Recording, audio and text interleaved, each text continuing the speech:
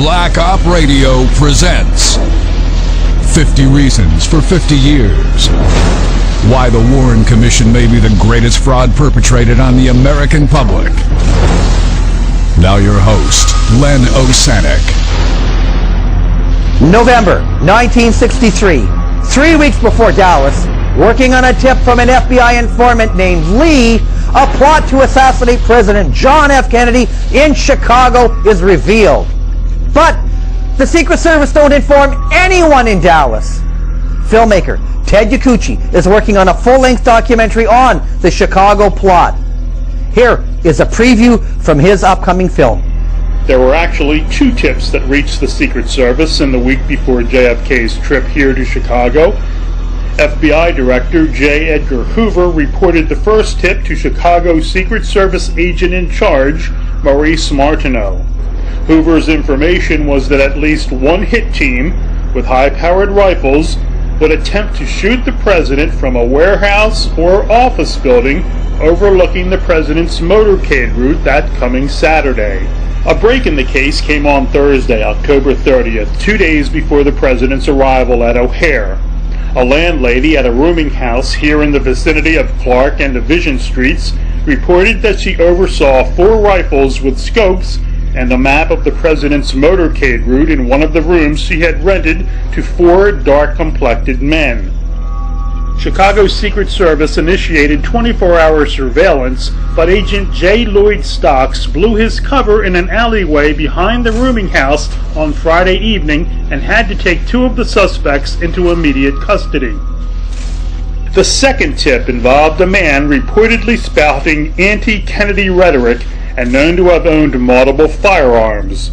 There were some amazing similarities between this man and the man who would be arrested for JFK's murder 3 weeks later. Thomas Valet had been given a job at the IPP Lithoplate Company, a printer, on the 3rd floor. 625 West Jackson Street was a warehouse in 1963. Kennedy's limousine was scheduled to make a slow turn from the Northwest Expressway onto the Jackson Street exit and go right by Valet's 3rd floor window. So in August 1963, just as Lee Oswald was preparing to move from New Orleans back to Dallas, Thomas Valet moved from New York City back to Chicago. Just as Oswald got a job right over Kennedy's future motorcade route in Dallas, so too did Valet get a job in a warehouse right over Kennedy's future motorcade route in Chicago. That Saturday morning, November 2nd, 1963, crowds had started to line the streets in preparation for President Kennedy's visit. The press plane had taken off from Washington, but at least 2 shooters remained at large, and Kennedy's advisors convinced him to cancel his trip.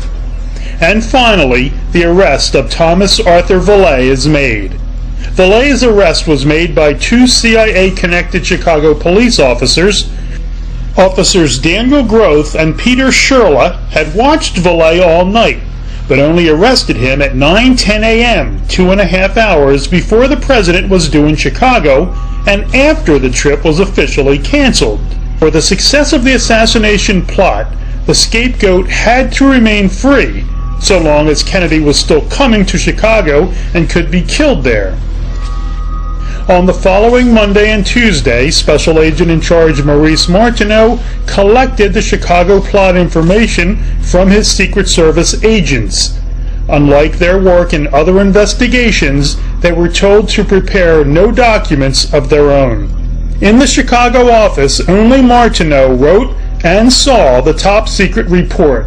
He then sent it by special courier to Washington Chief James Rowley.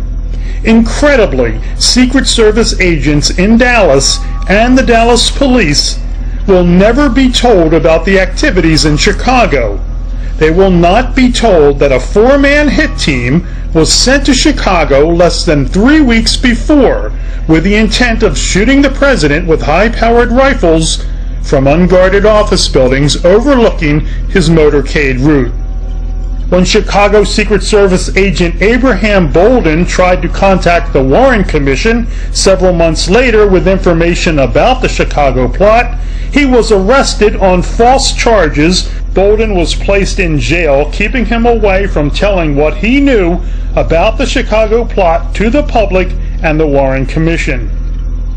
Not one word of the Chicago plot appears in the Warren Commission report. Stay tuned for the next installment as we expose week after week 50 lies the Warren Commission would like you to believe.